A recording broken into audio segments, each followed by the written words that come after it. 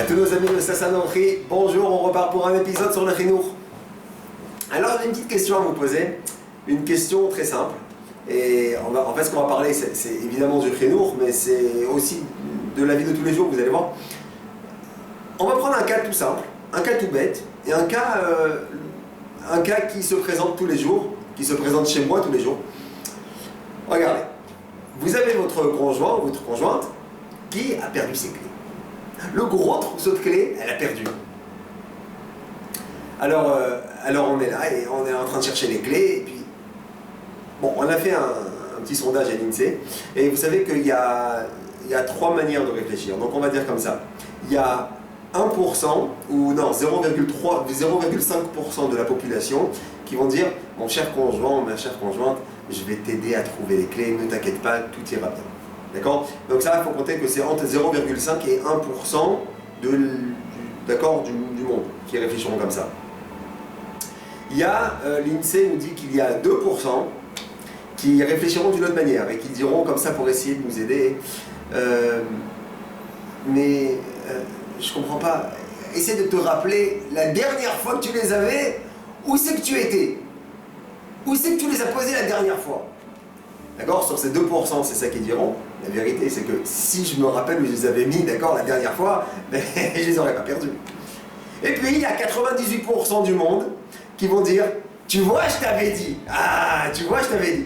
Si tu rangeais les clés à chaque fois, tu vois, on a un petit crochet derrière la porte, et c'est là-bas qu'on range les clés. Tu vois, je t'avais dit.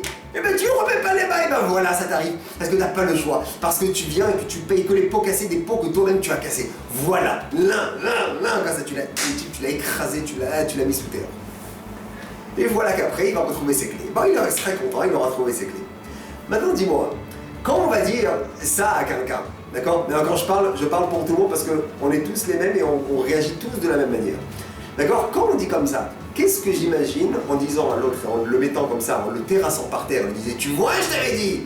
Qu'est-ce que j'espère grâce à ça? Qu'est-ce que j'espère? J'espère qu'il va se dire « Oh, voilà la voix de Dieu qui m'a parlé, comme quoi je dois faire attention à mes clés. Voilà la parole qui me manquait, grâce à ça je vais faire attention à mes clés. » Ouais, on peut penser que c'est comme ça, mais voilà ce qui arrive, c'est que le lendemain, même scénario. Donc apparemment c'est pas exactement ça. Donc qu'est-ce qu'on attend de la personne? Que la personne elle dise « Oh merci, tu m'as découvert l'Amérique. » Alors attention. Voilà, je sais qu'on va faire sur le cours, c'est une séquence sur le Chinour, mais on va devoir passer un petit peu dans le Pirkei Avot, le Maxime des Pères. Regardez ce qu'il nous dit, le Pirkei Avot. Il nous dit que si on veut donner des tanchoumin à quelqu'un, on veut donner une consolation pour quelqu'un qui a perdu un proche, la Mishnah nous dit attention. Ne donne pas de consolation à la personne en question lorsque Meto Mutal Lefanav, lorsque son mort est posé devant lui. C'est-à-dire, il y a quelqu'un qui a perdu un proche parent, tant que la personne n'a pas subi, n'a pas été enterrée, on n'a pas le droit de le consoler. On n'a pas le droit. Quand est-ce qu'on fait la consolation? Bien après. Il y en a qui disent que pendant 3 jours, même pas on va voir la personne pour la consoler. C'est que après. Dans les 4 derniers jours des Shiva, des 7 jours. Et après, d'après les Sfaradim, on peut consoler pendant 30 jours, d'après les Ashkenazim pendant 1 an. Et après, on ne console plus. On n'a plus le droit de consoler après.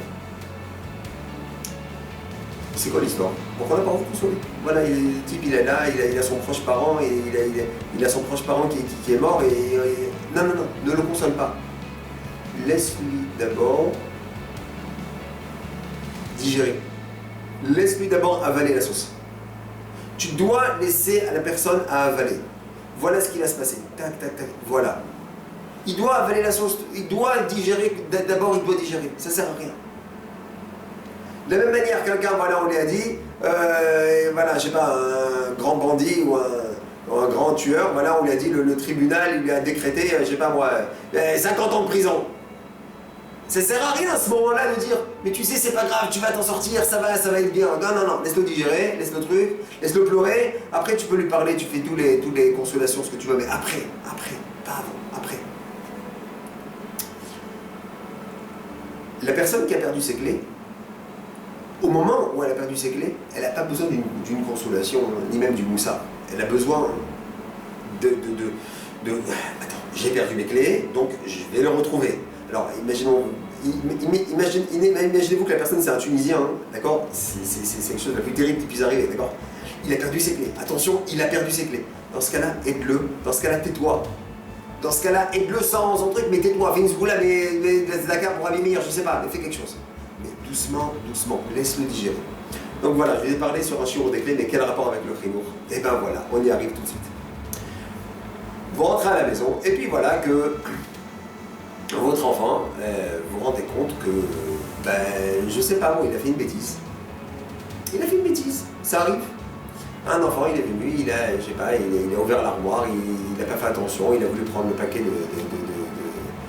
de cornflakes et il a fait tomber le verre en cristal et il a cassé. Voilà, ça arrive, c'est des choses qui arrivent du matin au soir, des choses comme ça. Qu'est-ce qui se passe? Attention, quel est le rôle du parent? Si maintenant le rôle du parent c'est d'éduquer l'enfant, ou alors de sortir toutes ses nerfs et des choses qui n'avanceront à rien, ou qui peut-être feront l'effet de boomerang, c'est des choses qui va au contraire le maintenir dans sa position. Il y a deux manières de faire. Il a cassé le verre, d'abord le parent, d'accord, tu sais quoi, va prendre un petit café, va fumer une petite cigarette, il a cassé le verre en cristal, d'accord. Maintenant, après je vais dire, tu vas le voir 1 heure après, 2 heures après, tu vas voir. Regarde, il faut vraiment qu'on fasse attention, pas que tu fasses, qu'on fasse attention. Et l'enfant il va prendre en compte ce que tu veux dire. Par contre, nous en tant que parents, comment on va réagir? Et comment on réagit? Tu as cassé le verre. Mais tu vois pas, espèce d'imbécile, tu vois pas, il est tombé! Mais t'es comme ça, t'es comme ça, t'es comme ta mère, t'es comme ta mère! Et bien, tu vois sa mère, c'est qui m'appelle mère? Ah, mec, tellement tête en l'air celle-là! Qu'est-ce qui s'est passé? Je crois que l'enfant, grâce à ça, il va dire oh, j'ai tellement fait, c'est quelque chose de très grave, parce que j'ai rien du tout. L'enfant, il va dire c'est comme ça qu'il réagit, tu vas voir, la prochaine fois, je te casse 2 verres, tu vas voir. Où tu veux en arriver? Si là, ce qu'on a vraiment au fond de nous, c'est qu'on veut éduquer, on n'a qu'à éduquer. Si ce qu'on veut au fond de nous, c'est casser, alors dans ce cas-là, on n'a pas notre rôle en tant que parent. Vraiment. On est là pour éduquer, pas pour casser. Et pour pouvoir éduquer, il faut premièrement prendre du recul, prendre une cigarette, même si c'est mauvais pour la santé, mais de temps en temps c'est bon pour les gens. C'est mauvais pour nous, mais c'est bon pour les autres. D'accord? Se mettre sur le fauteuil, un petit café, un peu de musique, d'accord? Prendre du recul pendant 3, 4, 5 minutes, 1 heure, 2 heures, et à la fin, on va commencer à parler, et c'est quelque chose qui est extrêmement important, que ce soit par rapport à l'individu, que ce soit même dans le couple, d'accord, entre un mari et une femme, parce que des histoires et des litiges comme il peut y avoir, enfin, comme il peut y avoir, ça arrive jamais en général, mais des litiges entre hommes et femmes, c'est quelque chose qui ne peut jamais arriver. C'est la dernière fois, c'était en 1996, dans une contrée là-bas de France, et sinon ça n'arrive pas en général. Mais si ça arrivait, des litiges entre un homme et une femme, ras shalom, quelque chose qui peut arriver comme ça, et ben c'est la manière qu'il faut réagir, et évidemment dans le chinour, tout de suite, ne pas réagir tout de suite. Attends, prends du recul, attends. Voilà, on se retrouve Bezrat Hashem la prochaine fois pour notre nouvelle séquence, mais j'aimerais vous dire un petit mot. Sachez que ça fait, au prochain déjà 1 an que notre association est ouverte. Ces derniers jours, on s'occupe de Moshe. Alors je vous explique juste un petit peu c'est qui Moshe. C'était un ancien élève à moi quand il était en CE1 que j'avais pris en charge puisque son père l'a abandonné. Il vit avec sa mère et doucement, là il fait sa bar mitzvah et j'ai compris de lui et de ses professeurs que la mère, elle lâche prise elle aussi. Et donc il m'appelle l'autre fois, il me dit Rav Lelouch, qu'est-ce que je peux faire pour toi? Il me dit voilà, je fais ma bar mitzvah bientôt, est-ce que vous connaîtrez quelqu'un qui apprend la bar mitzvah? Et encore ça m'a allumé une petite lumière rouge, donc qu'est-ce que j'ai fait? J'ai tout de suite, je suis parti voir son directeur d'école, je suis tout de suite voir un petit peu où il en est et j'ai vu une catastrophe. Et que grâce à sa scénorie, on a pu le faire passer dans une école adaptée. Ça veut dire 3 semaines qu'il est déjà là-bas, il est très heureux là-bas, il fait sa bar mitzvah donc le 25 août. Grâce à sa scénorie et grâce à votre participation, je lui ai octroyé un professeur qui lui apprend toute sa paracha. Et grâce à sa scénorie, on a réussi à lui trouver tout le vestimentaire pour toute sa bar mitzvah. On a encore quelques petites choses à faire, il faut lui trouver des tuilines, il faut lui trouver une petite fête, un minimum, qu'il ait de quoi. Bon, mais certainement, on espère avoir On espère que Hachem nous ouvrira les portes. Il y a beaucoup d'autres enfants qui sont dans la même situation. Il y a beaucoup de demandes et on ne peut pas répondre oui, présent à toutes les demandes parce qu'on n'a pas la possibilité pour l'instant.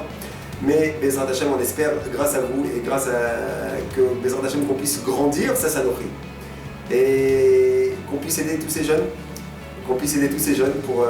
pour leur redonner un sourire. Eux qui ont perdu un proche parent ou qui sont des parents de familles esquintées, de familles divorcées ou de familles battues, etc. Et qu'on les reprend et qu'on les remet sur... voilà. Bezrat Hashem, on se voit la prochaine fois.